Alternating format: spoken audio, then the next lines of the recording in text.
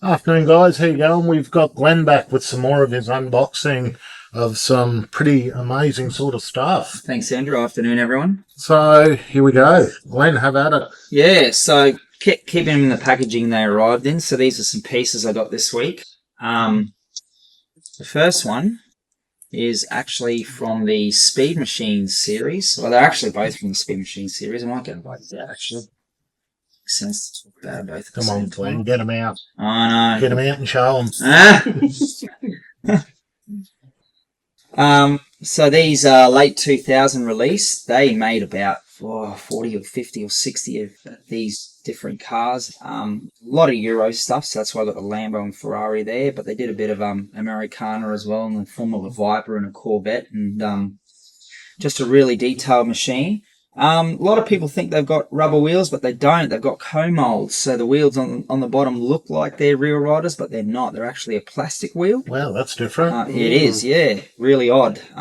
But they've got that rubber wheel look. Yeah. Don't know if that was a cost-cutting thing or it just allowed them to make better wheels, but It's crazy they just put that much detail into what is basically a kid's toy. Absolutely.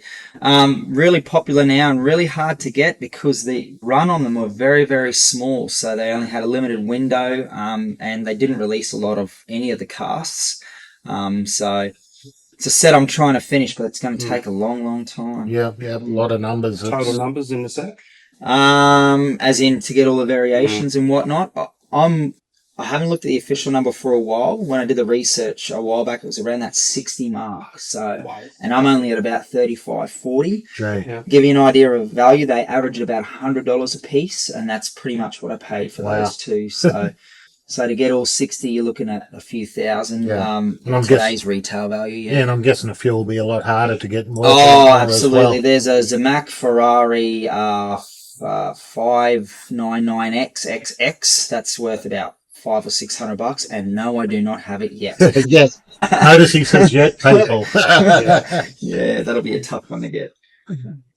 Okay, here we go. Something a little bit different. A little We've got bit a couple different. of gases. Yeah, so many of us who follow convention series stuff know that they do what's called a newsletter card. They still do it to this day, and they've done it since the very beginning. In fact, even when the very first few conventions started giving out specific cars, they were solely newsletter cars. So it's been something that's been long-standing and for a very long time.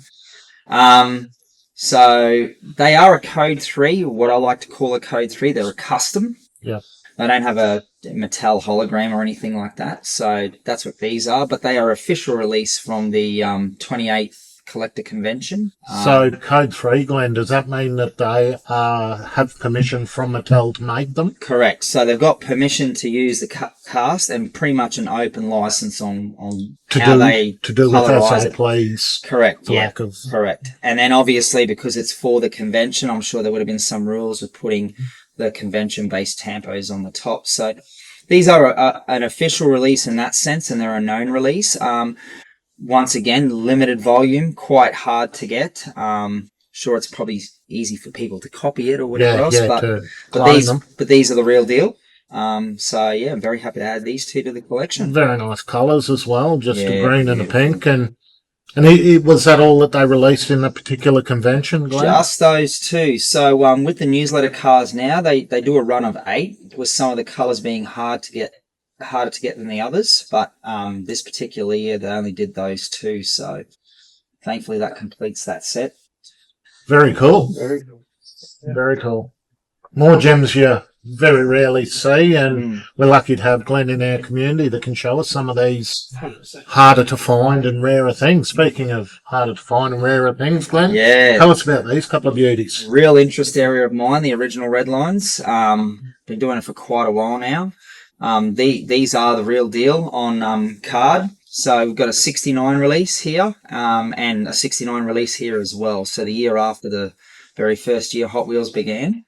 So our Indy car here, or Indy Eagle they call it. The colour on this one's aqua. Aqua. I know you thought it was Yes. a green before. Yes, and that's one thing, Glenn, that throws me. There's so many different shades of the green that they do in the Spectra paints and all that, because I'm actually trying to do some cases of specific colours. not specific cars, but specific colours. So, like a case of all red.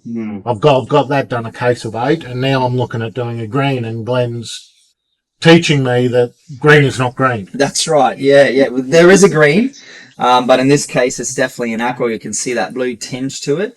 They did 4 Indy style cars in this year, so that's one of the 4 different types, but many colours. So there would be approximately 12 different shades of colours that you could get for this car, and that's how they got away with selling multiples in a year. They didn't have to make a lot of casts of different types of cars because they had different types of colours. And then most of them come with a little sticker kit as well. It's a bit hard to capture on the...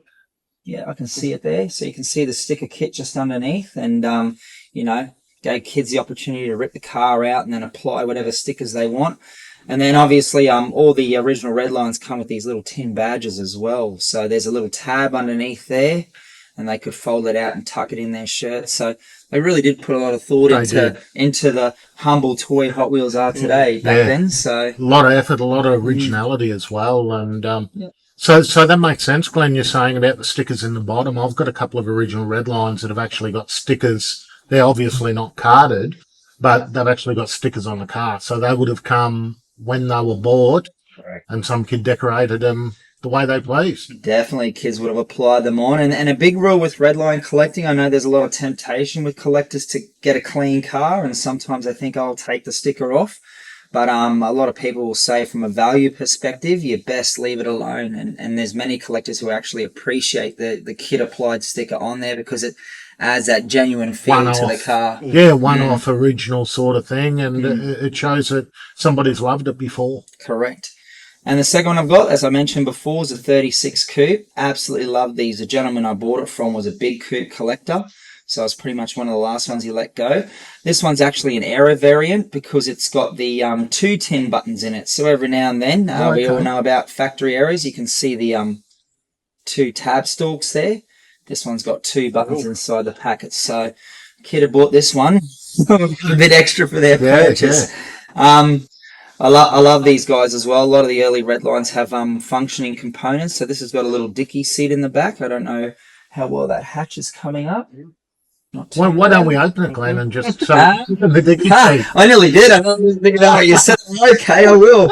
No, this one's not getting open. But yeah, that little hatch flips back, and there's a little seat in the back there too. So yet again, the design that they put in back in the day just outweighs tenfold, hundredfold of what they're doing today. Not saying that today's cars aren't any good, but just saying that the attention to detail back in the day, it's just unbelievable. It's just crazy.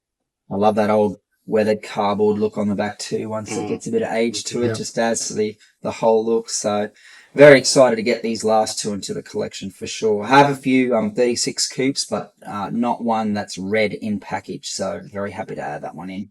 Okay, guys, thanks so much. Talk to you later.